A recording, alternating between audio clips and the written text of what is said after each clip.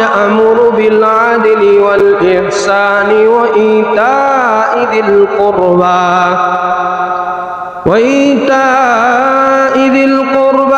ইয়ানহা আনিল ফাহশা'i ওয়াল মুনকারি ওয়াল বাগই ইয়া'iদুকুম লা'আল্লাকুম তাযাক্কারুন। রব্বুল আলামিন বলেন, ইন্নাল্লাহা ইয়া'মুরু বিল আদলি ওয়াল ইহসান। হে মানব জাতি, ইন্নাল্লাহা ইয়া'মুরু বিল আদলি ওয়াল ইহসান। রব্বুল আলামিন সরাসরি তোমাদেরকে আদেশ করতেছে বিল আদলি ওয়াল ইহসান, আদল অর্থাৎ ইনসাফ করার আদেশ করতেছে, ওয়াল ইহসানি ওয়া ইতা'i যিল কুরবা। আল্লাহ পাক রব্বুল আলামিন বলতেছেন, আমি নিজে তোমাদেরকে আদেশ করতেছি তোমরা ইনসাফ করো, আদল রক্ষা করো, সমাজের মানুষের সাথে, তোমার বন্ধু বান্ধব আত্মীয় স্বজনের সাথে, তোমার পরিবারের সাথে, তোমার মা বাবার সাথে, আবার মা বাবাদেরকে বলতেছে তোমাদের সন্তানদের সাথে তোমরা ইনসাফ করো। রব্বুল আলামিন বলতেছেন ওয়া ইতা'i যিল কুরবা, এবং নিকটাত্মীয়দের সাথে সদ্ব্যবহার করো, ওয়া ইয়ানহা আনিল ফাহশা'i ওয়াল মুনকার। রব্বুল আলামিন তারপরে বলতেছেন আমি সরাসরি তোমাদেরকে নিষেধ করতেছি আনিল ফাহশা'i ওয়াল মুনকার, অশ্লীল কাজকর্ম এবং নিষিদ্ধ কাজকর্ম থেকে। রব্বুল আলামিন এই যে আয়াতে কারিমার মধ্যে বলতেছেন যে আমি তোমাদেরকে দুইটা বিষয়ের আদেশ করলাম, এক হলো ইয়া'মুরু বিল আদলি ওয়াল ইহসান, তোমরা সমাজের মধ্যে, তোমাদের পরিবারের মধ্যে, তোমাদের দেশের মধ্যে, তোমাদের জীবনের প্রত্যেকটা মুহূর্তে তোমরা মানুষের সাথে ইনসাফ করবা, আদল করবা, ন্যায় পরায়ণতা করবা, সমান সমান ব্যবহার করবা। আরেকটা আদেশ করলেন রব্বুল আলামিন বলতেছেন আত্মীয়দের সাথে ভালো ব্যবহার করবা। আর দুইটা কাজ থেকে নিষেধ করলেন, এক নম্বর ওয়া ইয়ানহা আনিল ফাহশা'i ওয়াল মুনকার। রব্বুল আলামিন বলতেছেন আমি তোমাদেরকে সরাসরি ভাবে অশ্লীল কাজকর্ম থেকে নিষেধ করতেছি, অল মুনকার এবং গর্হিত অর্থাৎ শয়তানি কাজকর্ম থেকে নিষেধ করতেছি। রব্বুল আলামিন এরকম ভাবে অন্য এক আয়াতে বলেন ইয়া আইয়ুহাল্লাযীনা আমানু কুনু কাওয়ামিনা বিল কিসতি শুহাদা'a লিল্লাহ ওয়ালাউ আলা আনফুসিকুম ওয়া বিল ওয়ালিদাইনি ওয়াল আকরাবিন।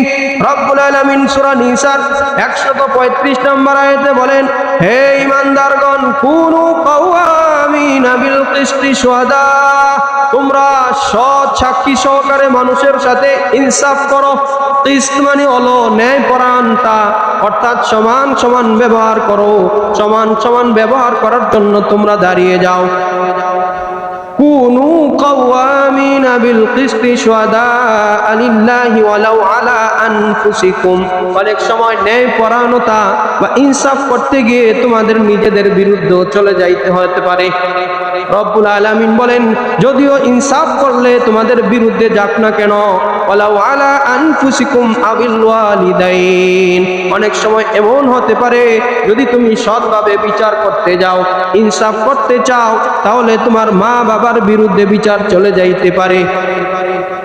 রব্বুল আলামিন বলতেছেন ওয়ালাউ আলা আনফুসিকুম আবিল ওয়ালিদাইনি ওয়াল আকরাবিন, অনেক সময় এমনও হতে পারে তোমার উপরে ফয়সালা করার সিদ্ধান্ত এসেছে, বিচার করার ফয়সালা হয়েছে, তুমি বিচার করলা, এমনও হতে পারে যে তোমার নিকটাত্মীয় যারা আছে তাদের বিরুদ্ধে তোমার রায় চলে যাবে। রব্বুল আলামিন বলতেছেন কোন ক্ষেত্রে তোমার নিজের বিরুদ্ধে চলে যাবে, কোন ক্ষেত্রে তোমার মা বাবার বিরুদ্ধে চলে যাবে, আবার কোন ক্ষেত্রে তোমার নিকটাত্মীয়দের বিরুদ্ধে চলে যাবে তোমার যে ফয়সালা। তারপর রব্বুল আলামিন বলতেছেন কুনু কাওয়ামিনা বিল কিসতি, এত কিছু হওয়ার পরেও তোমরা সৎ বিচার করো, তোমরা ইনসাফ করো।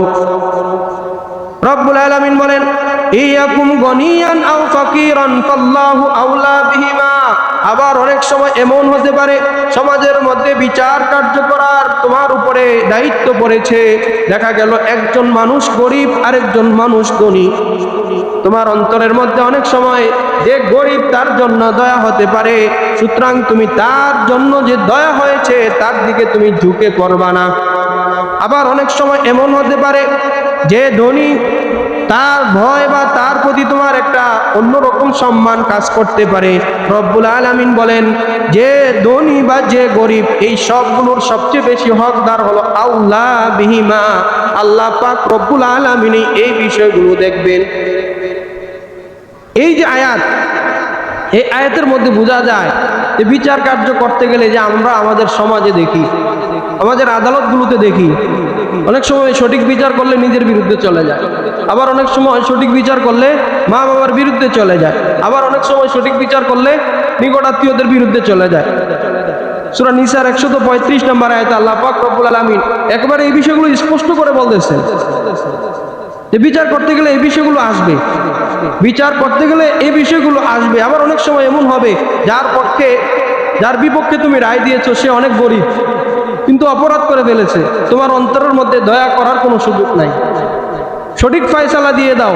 আবার অনেক সময় ইয়াকুম গনিয়ান আও ফাকিরান, বেশিরভাগ ক্ষেত্রে এমন হবে যে সে ধনী, তার টাকা পয়সা, তার সামর্থ্য, তার প্রতাপ, তার ক্ষমতা বেশি, তার বিপক্ষে রায় দিলে তোমার ক্ষতি হতে পারে। রব্বুল আলামিন বলেন এই সবগুলোর ব্যাপারে আল্লাহু আউলা বিহিমা, আল্লাহ পাক রব্বুল আলামিনই বেশি হকদার, এক্ষেত্রে ভয় করারও কিছু না। রব্বুল আলামিন সূরা নিসার 135 নম্বর আয়াতে বলতেছেন তোমরা সর্বক্ষেত্রে ইনসাফ করো, তোমরা সর্বক্ষেত্রে ইনসাফ করো।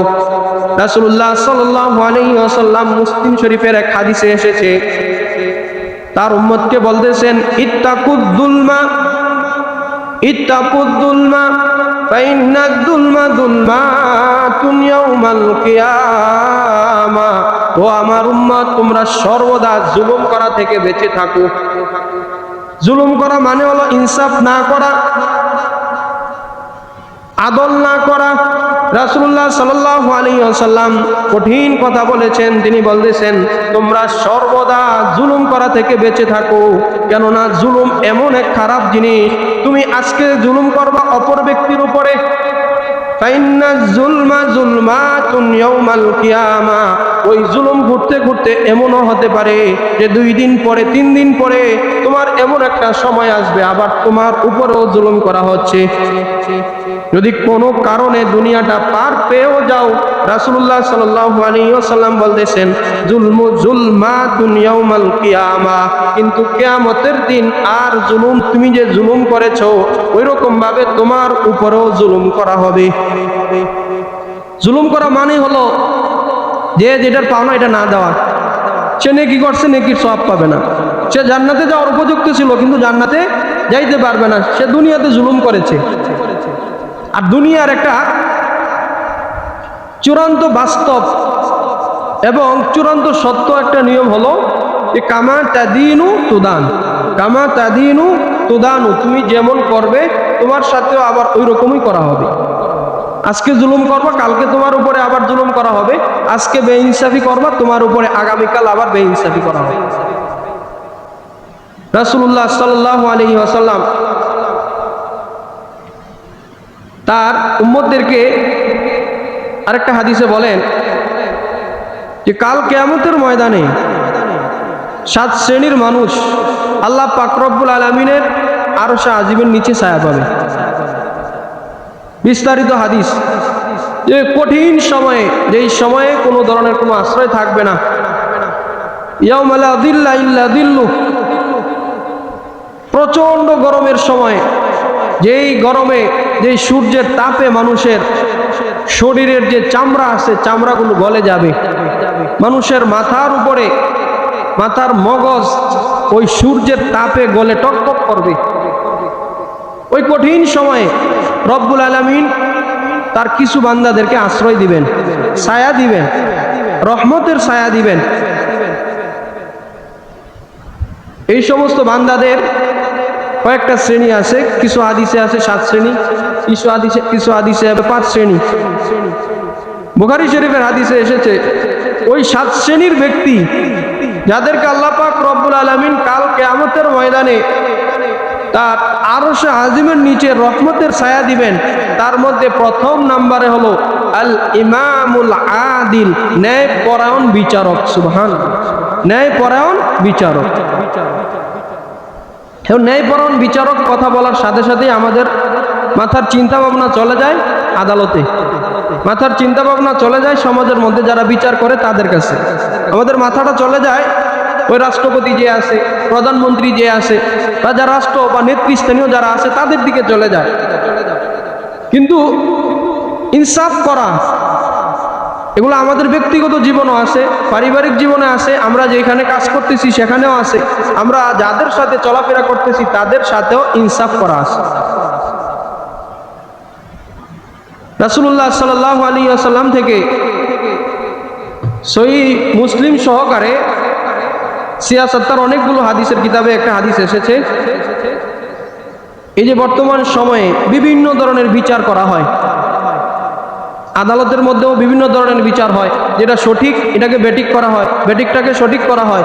সমাজের মধ্যে যে অপরাধী তাকে নিরপরাধী বানা হয়, আবার যে নিষ্পাপ তাকে অপরাধী বানানো হয়। এগুলো অনেক ক্ষেত্রে হয় জেনে, আবার অনেক ক্ষেত্রে হয় বিভিন্ন লোভ লালসার কারণে, আবার অনেক ক্ষেত্রে হয় বিভিন্ন ধরনের মানুষের যে স্বভাব আছে স্বভাবগত সমস্যার কারণে। রাসূলুল্লাহ সাল্লাল্লাহু আলাইহি ওয়াসাল্লাম এই ধরনের বিচারকদের কথা আজ থেকে প্রায় 1450 বছর পূর্বে স্পষ্ট করে বলে গেছে। তিনি বলেন, আল কুযাতু সালাসাতুন, ও আমার উম্মত তোমরা শুনে রাখো, বিচার যে করবে, এই যে বিচারকের তিনটা শ্রেণী থাকবে, তিন ধরনের বিচারক থাকবে।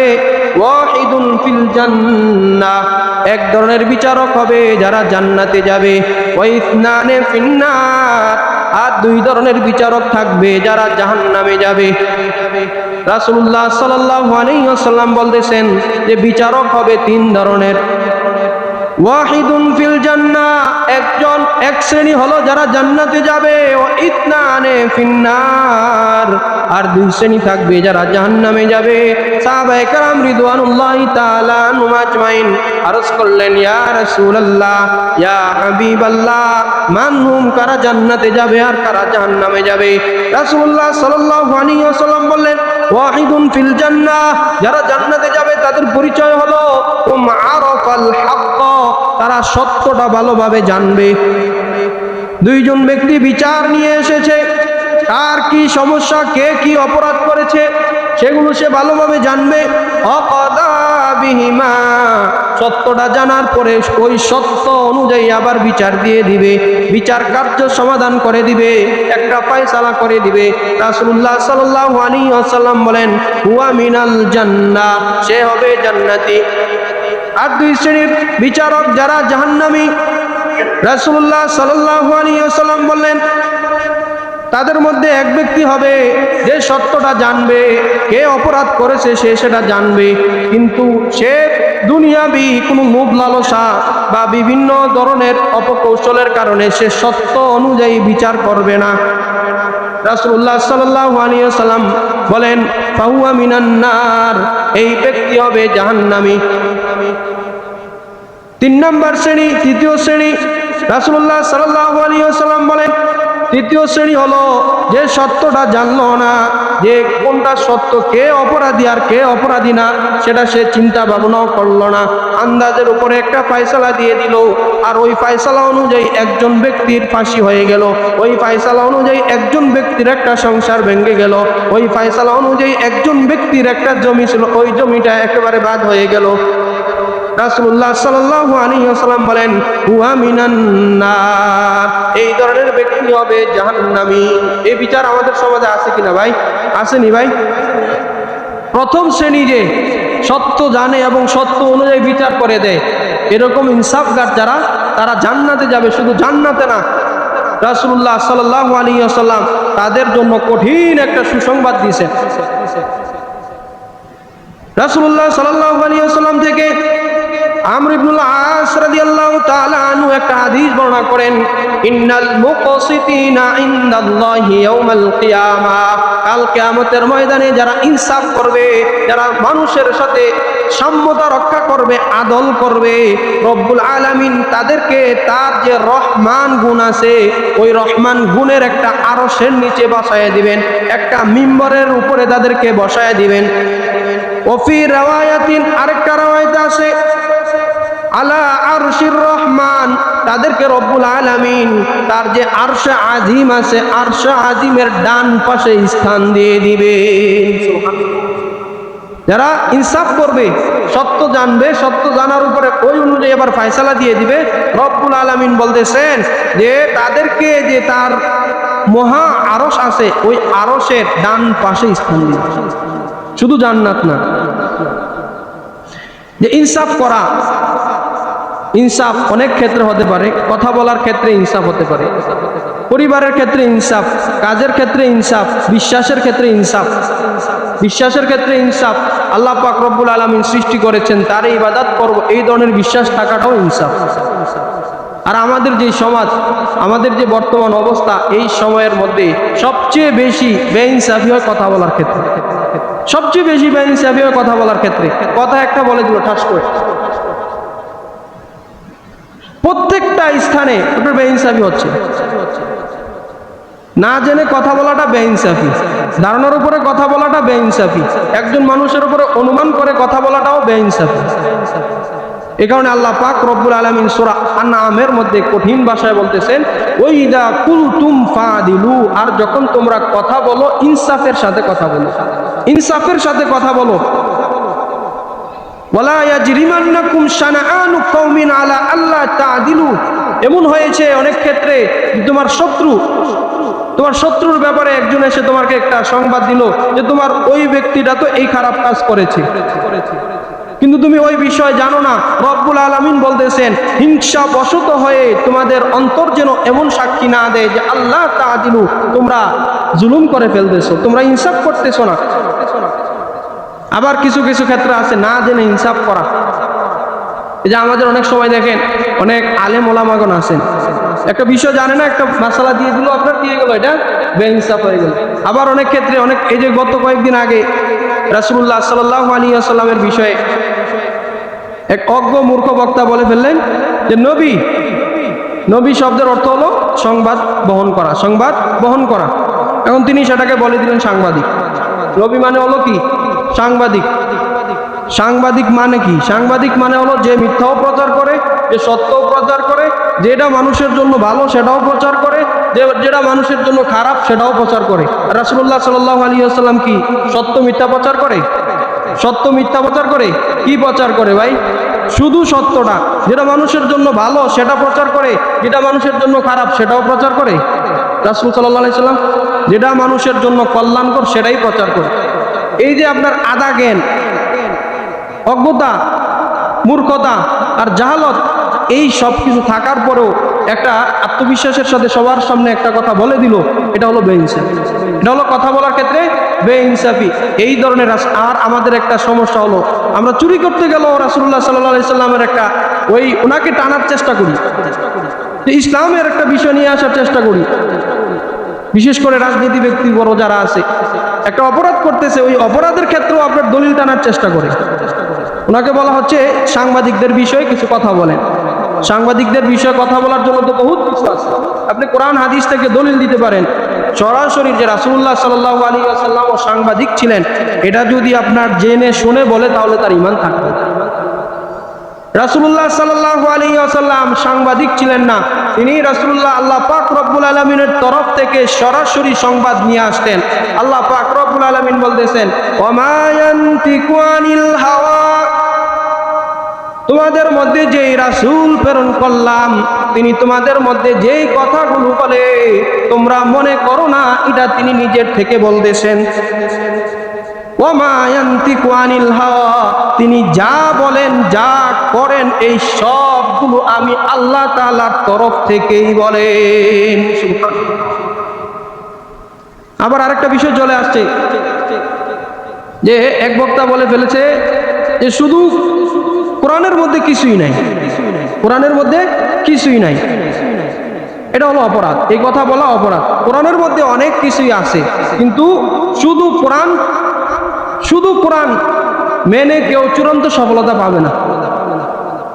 রাসূলুল্লাহ সাল্লাল্লাহু আলাইহি ওয়াসাল্লামের হাদিস ছাড়া, রাসূলুল্লাহ সাল্লাল্লাহু আলাইহি ওয়াসাল্লামের ব্যাখ্যা বিশ্লেষণ ছাড়া কোনো মুমিনের পক্ষে কোরআনের উপরে পরিপূর্ণ আমল করা সম্ভবই না। আর রাসূলুল্লাহ সাল্লাল্লাহু আলাইহি ওয়াসাল্লামের যে কথা, কাজ, কর্ম, এগুলো তো এক ধরনের ওহী। এই যে আয়াত বললাম, ওমা ইয়ানতিকু আনিল হাওয়া, মক্কার কুরাইশ কাফেররা বলতো তিনি বানায় বানায় কথা বলে। রাসূলুল্লাহ সাল্লাল্লাহু আলাইহি ওয়াসাল্লামের নামে অপবাদ দিত যে তুমি তো এগুলা বানায় বানায় বলো। ওই তোমার কাছে যে আকাশের মধ্যে এক ধরনের শয়তান থাকে, আপনার ফেরেশতারা যখন সংবাদ নিয়ে আসে, ওই শয়তানগুলো আপনার ওই সংবাদটা তাদের থেকে গোপনে শোনে। ফেরেশতারা আকাশের মধ্যে কথা বলা বলি করে যে অমুক ব্যক্তি আগামীকাল মরবে, অমুক স্থানে আগামীকাল আপনার বজ্রপাত হবে। তো কিছু শয়তান ছিল আগের যুগে, ওই শয়তানগুলো তাদের কথাগুলো শ্রবণ করে ওই ফেরেশতা নিচে আসার আগেই শয়তান এসে এই কথাগুলো শোনাই দিত। তো মানুষ অনেক সময় সমাজের যে দুষ্ট লোকগুলো ছিল, তারা শয়তানের সাথে সম্পর্ক করে বা শয়তান তাদের সাথে তাদেরকে আগে আগে বলে দিত যে আগামীকাল ওই ব্যক্তি মারা যাবে। তারা যখন সমাজের মধ্যে এই কথাগুলো বলতো, মানুষ যারা দুর্বল ইমানের অধিকারী তারা বলতো, হ্যাঁ সে তো ভালো সত্য কথা বলতেছে। তো রাসূলুল্লাহ সাল্লাল্লাহু আলাইহি ওয়াসাল্লামের ব্যাপারে এই ধরনের অপবাদ দিত যে তোমার কাছে অমুক শয়তান বা অমুক ফেরেশতা এসে কথা বলে দিয়ে যাচ্ছে। রাসূলুল্লাহ সাল্লাল্লাহু আলাইহি ওয়াসাল্লাম তখন চূড়ান্তভাবে বলে দিলেন, ওমা ইয়ানতিকু আনিল হাওয়া, আমার জবান থেকে যা কিছু বের হয় এগুলো আমার কথা না, এগুলো সরাসরি আল্লাহ পাক রব্বুল আলামিনের কথা। সুবহানাল্লাহ। কার কথা ভাই? কোরআন কার কথা? তাহলে রাসূলুল্লাহ সাল্লাল্লাহু আলাইহি ওয়াসাল্লামের কথা আর কোরআনের কথা তো একই। পার্থক্য হলো কোরআন হলো ওহিয়ে মাতলু, মানে কোরআনের যে আল্লাহ পাক রব্বুল আলামিনের কথাগুলো আছে সেগুলো তেলাওয়াত করা হয়। রাসূলুল্লাহ সাল্লাল্লাহু আলাইহি ওয়াসাল্লামের মাধ্যমে যে বাণীগুলো এসেছে, আল্লাহ পাক রব্বুল আলামিনের যে কথা, সেগুলো তেলাওয়াত করা হয় না। কিছু একটা দল আছে আমাদের সমাজে, আহলে কোরআন, একটা দল তো আছে আহলে হাদিস, আরেকটা আছে কি আহলে কোরআন। তারা কোরআন শুধু মানে, তারা বলে কি কোরআন মানি কিন্তু হাদিস মানি না। তাহলে এই ধরনের চিন্তা ফিকির করা এটাও একটা বেইনসাফি। বরঞ্চ হাদিস ছাড়া কোরআন মানা, কোরআন ছাড়া হাদিস মানা না, কোনোটাই সম্ভব না। আমরা যে নামাজ পড়ি, নামাজের সুরত, নামাজের কাইফিয়ত, নামাজের অর্থ, এই সবগুলো কোরআনের মধ্যে বিস্তারিতভাবে নাই। এই সবগুলো রাসূলুল্লাহ সাল্লাল্লাহু আলাইহি ওয়াসাল্লামের হাদিসের মধ্যে এসেছে। আমাদের রোজা, আমাদের হজ, শুধুমাত্র মৌলিকভাবে আপনার বলা হয়েছে রোজা পালন করো, 30টা রোজা রাখো, কিভাবে রাখতে হবে, রোজা কি করলে ভেঙে যাবে, হজের মধ্যে কি কি ধরনের ফরজ আছে, হজের মধ্যে কি কি সমস্যা করলে দম দিতে হবে, এই সব বিষয়গুলো কোরআনের মধ্যে বিস্তারিত নাই। এই সবগুলো রাসূলুল্লাহ সাল্লাল্লাহু আলাইহি ওয়াসাল্লাম বলে গিয়েছেন আল্লাহ পাক রব্বুল আলামিনের তরফ থেকে ওহীর মাধ্যমে। সুতরাং এই ধরনের কথা বলার ক্ষেত্রেও আমাদেরকে ইনসাফ করতে হবে। আল্লাহ পাক রব্বুল আলামিন বলতেছেন, ওয়াইদা কুলতুম ফাদিলু, তোমরা যখন কথা বলবা, কথা বলার সময় ইনসাফ করো। আমরা কয়েকদিন আগে জানাজা পড়ছিলাম। জানাজার ফরজ কয়টা ভাই? 2টা। এক হলো দাঁড়িয়ে নামাজ পড়া, আর হলো কি তাকবীর বলা। এই 2টা যদি কেউ বলে তাহলে তার নামাজ হয়ে গেছে, তার জানাজা কি হয়ে গেছে। ওই যে সূরা ফাতিহা পড়া, জোরে পড়া, তারপরে আপনার 4টা তাকবীর বলা, ওই 4টা তাকবীরে দুরূদ শরীফ পড়া, এগুলো সুন্নত না থাকলে নামাজ হয়ে যায়। সুন্নাত না থাকলে কি নামাজ হয়ে যাবে, পরিপূর্ণ হবে না বা একটু সমস্যা হতে পারে, কিন্তু নামাজ হয়ে গেছে। নামাজ ফিরানোর পরেই আমাদের কানে অনেক সময় ভেসে আছে, তো নামাজ হইল না। ওই যে সূরা ফাতিহা জোরে পড়ছে না, এই আলহামদুলিল্লাহ সূরা জোরে পড়ে নাই। তো এই ধরনের কথাবার্তা বলাও আপনার বেইনসাফি। অনেকে হাত উঠায়া হাত বুকের উপরে বাঁধে, অনেকে কোমরের নিচে বাঁধে। নামাজের পরে বলতেছে নামাজ হচ্ছে না। নামাজের মধ্যে হাত বাঁধা কি? নামাজের মধ্যে হাত বাঁধা হলো সুন্নত। নামাজের মধ্যে হাত বাঁধা সুন্নত, চাই নাভির নিচে বাঁধা, আমাদের হানাফি মাযহাব অনুযায়ী নাভির নিচে বাঁধতে হবে। তো এখন যদি কেউ হাতই না বাঁধে, তারপরেও যদি আমি বলি তার নামাজ হয়েছে না, তাহলে এই কথা কি ইনসাফ হইল? কারণ হাত না বাঁধলেও তো নামাজ হয়ে যাবে, কারণ নামাজের মধ্যে হাত বাঁধা তো সুন্নত, ওয়াজিব। আর ফরজ যদি কেউ ইচ্ছাকৃতভাবে ছেড়ে দেয় তাহলে তার নামাজ হবে না। তাহলে কথা বলার ক্ষেত্রে মুখ দিয়ে মনে হচ্ছে আমি বলে ফেললাম, এটা ইনসাফ হলো না।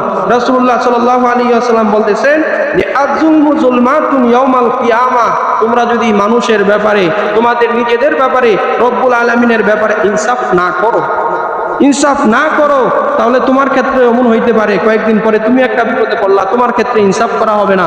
আর যদি কোনোভাবে দুনিয়াটা পারও পেয়ে যাও, কাল কিয়ামতের ময়দানে তোমার সাথে ইনসাফ করা হবে না, তুমি জুলুমের শিকার হয়ে যাবা।